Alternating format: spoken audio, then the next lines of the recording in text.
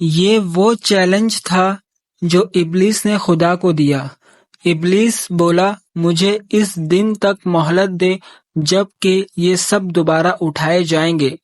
اللہ پاک نے فرمایا تجھے مہلت ہے۔ ابلیس بولا اچھا تو جس طرح تو نے مجھے گمراہی میں مبتلا کیا ہے میں بھی اب تیرے سیدھے راہ پر ان انسانوں کی گھات میں لگا رہوں گا، آگے اور پیچھے، دائیں اور بائیں، ہر طرف سے ان کو گھیروں گا،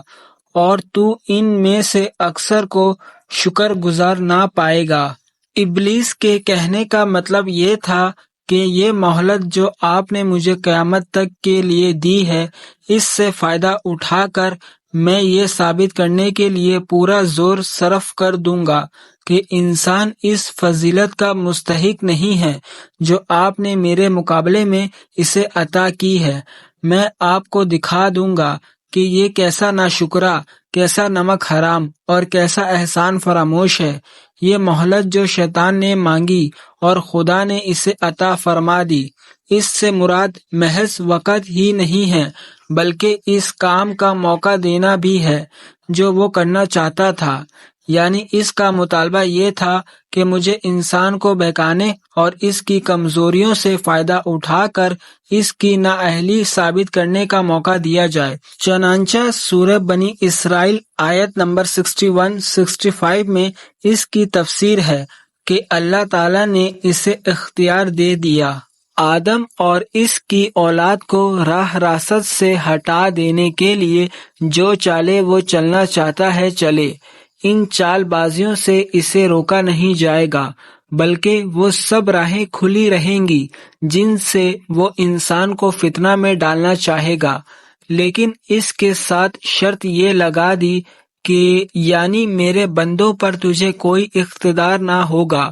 تو صرف اس بات کا محجاز ہوگا کہ ان کو غلط فہمیوں میں ڈالے، جھوٹی امید دلائے، برائی اور گمراہی کو ان کے سامنے خوش نما بنا کر پیش کرے، لذتوں اور فائدوں کے سبز باغ دکھا کر ان کو غلط راستوں کی طرف دعوت دے، مگر یہ طاقت تجھے نہیں دی جائے گی کہ انہیں ہاتھ پکڑ کر زبردستی اپنے راستے پر کھینچ لے جائے، اور اگر وہ خود راہ راست پر چلنا چاہے تو انہیں نہ چلنے دے۔ یہی بات سورہ ابراہیم آیت نمبر 22 میں فرمائی گئی ہے کہ قیامت میں عدالت الہی سے فیصلہ صادر ہو جانے کے بعد شیطان اپنے پہرو انسانوں سے کہے گا، یعنی میرا تم پر کوئی زور تو تھا نہیں کہ میں نے اپنی پیروی پر تمہیں مجبور کیا ہو، میں نے اس کے سوا کچھ نہیں کیا کہ تمہیں اپنی راہ پر بلایا اور تم نے میری دعوت قبول کر لی، لہذا اب مجھے ملامت نہ کرو بلکہ اپنے آپ کو ملامت کرو۔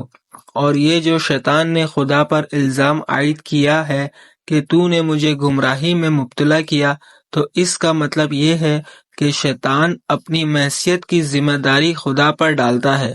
اس کو شکایت ہے کہ آدم کے آگے سجدہ کرنے کا حکم دے کر تو نے مجھے فتنے میں ڈالا اور میرے نفس کے تکبر کو ٹھیس لگا کر مجھے اس حالت میں مبتلا کر دیا